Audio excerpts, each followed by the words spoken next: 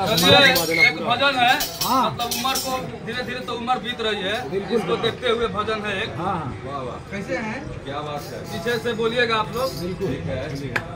चली जा रही है उम्र धीरे धीरे, चली जा रही है उम्र धीरे धीरे, चली जा रही है भैया उम्र धीरे धीरे, चली जा रही है